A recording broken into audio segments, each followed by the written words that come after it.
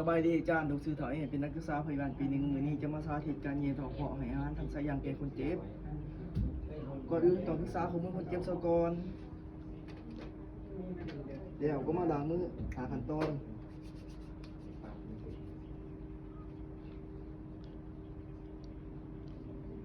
เดี๋ยวสบายดีพอดูสื่อแอนเดอร์เป็นพยาบาลย่านเป็นตึกอีกเรื่องเดือนนี้ดูจะมาเย็นถอดเพาะให้อาหารทางสายยางพอเนื่องจากพอบ่สามารถกินอาหารได้เองในการแย่ทอพอให้อาหารทั้งสายยางนี้เพื่อให้พอได้รับสารอาหารได้ครับนะเดี๋ยวพอไปเก็บบุกก่อนกันเด้อเดี๋ยวจะมาล้างมือขั้นตอน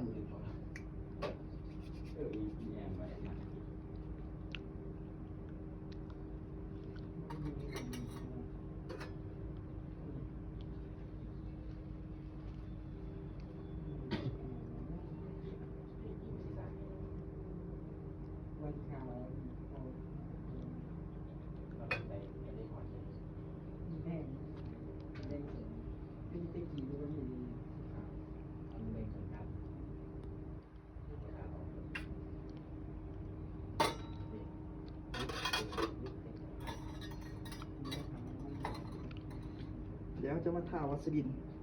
ใส่ฝาเซเดี๋ยว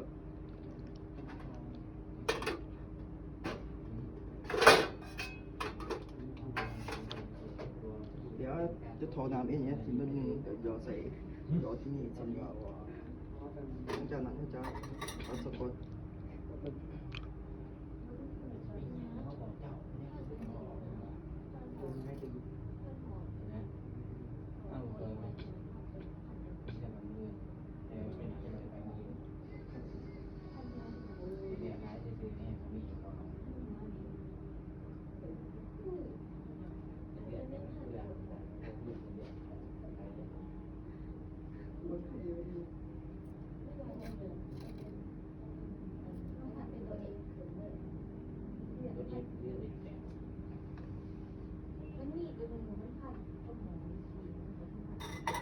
จากเดี๋ยวเขาจะมาจัดทานอนคนเย็นนอน45 องศาเดี๋ยวจัดสภาพเป็นรองหอแล้วจะเอาพยากันเกลือคนเยอะคนเจ็บต้องรับความกลัวเกลือจากเดี๋ยวจะมาล้างมือขั้นตอน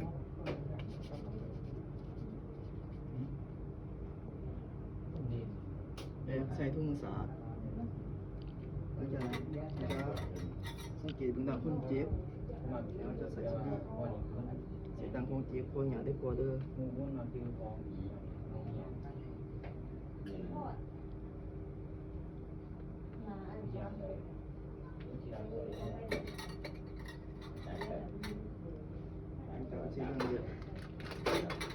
๋ยวจะปวดบึงสายวันเดือนปีมืออยู่เดี๋ยวเหมาะสมกับคนเจ็บเดี๋ยวเรียบร้อยตามขนาด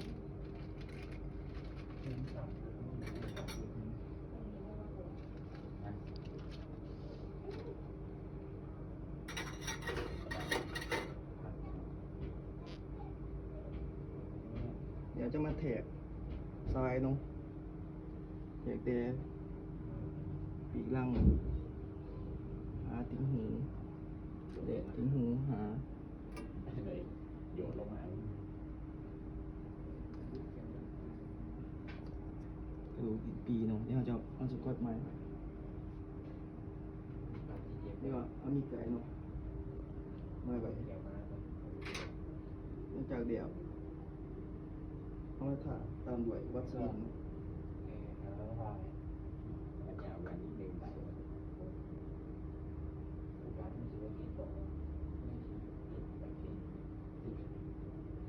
น้อยหนาขึ้นน้อยนึงเด้อพอเด้อพอหยาเด้อพอเด้อมันจะแย่เข้าไปเนาะ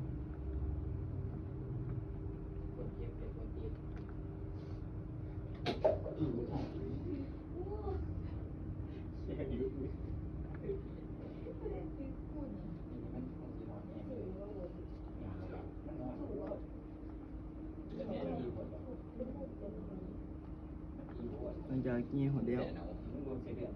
เขาจะใส่สกอตที่ไข่บวดเก็บคงเจ็บ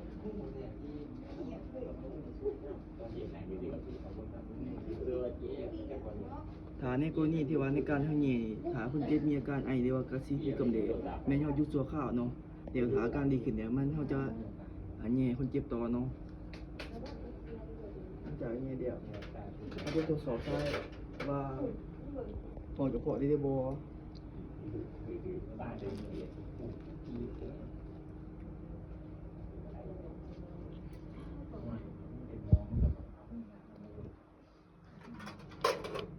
โดยการที่เราจะใส่เนาะปีเนาะ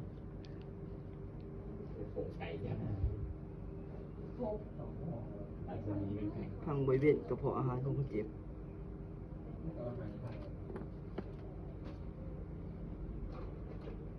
เดี๋ยวจะใส่เนาะโบส่วนเดียวลงเข้าไป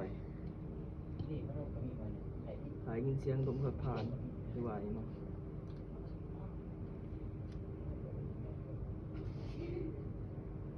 ถ้าหอยกระเพาะเดียวไม่ให้จะบีบลมออกขึ้นเนาะ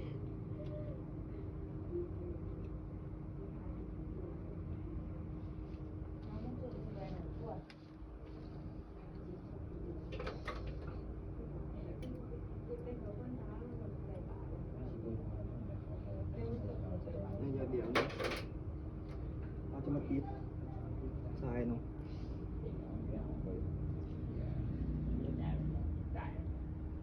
หลังของเจ็บ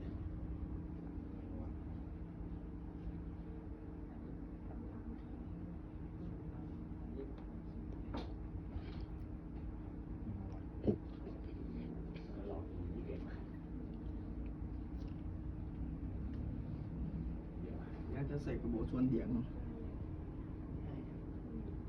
ดูดออกมาถ้ามีสารอาหาร หลายกว่า51แอลแม่นจะเฮาหมวยสารอาหารไหนเนาะถ้าน้อยกว่า51แอลแม่นจะเฮาเตรียมให้อาหารแก่คนเจ็บเลยเนาะ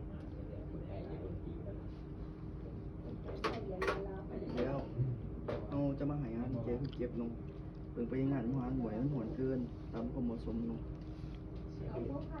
เดี๋ยวเราจะให้อาหารแก่คนเจ็บเนาะแล้วก็ให้อาหารเนาะถอกเนาะในการให้อาหารเดี๋ยวหลังจากให้อาหารเดี๋ยวมันจะถอกหนามเนาะในกรณีที่ว่าเราให้ยาเนาะ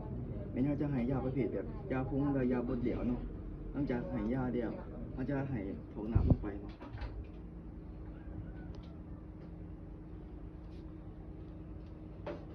ยาถอกหนามเดียว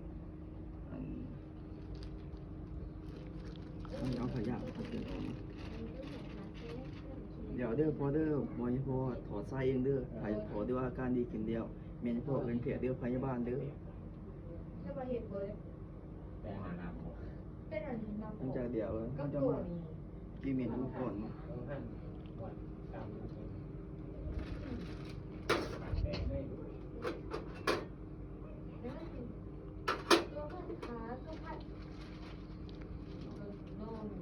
เดี๋ยวก็ขอทุ่งมือก็มาล้างมือขันก่อน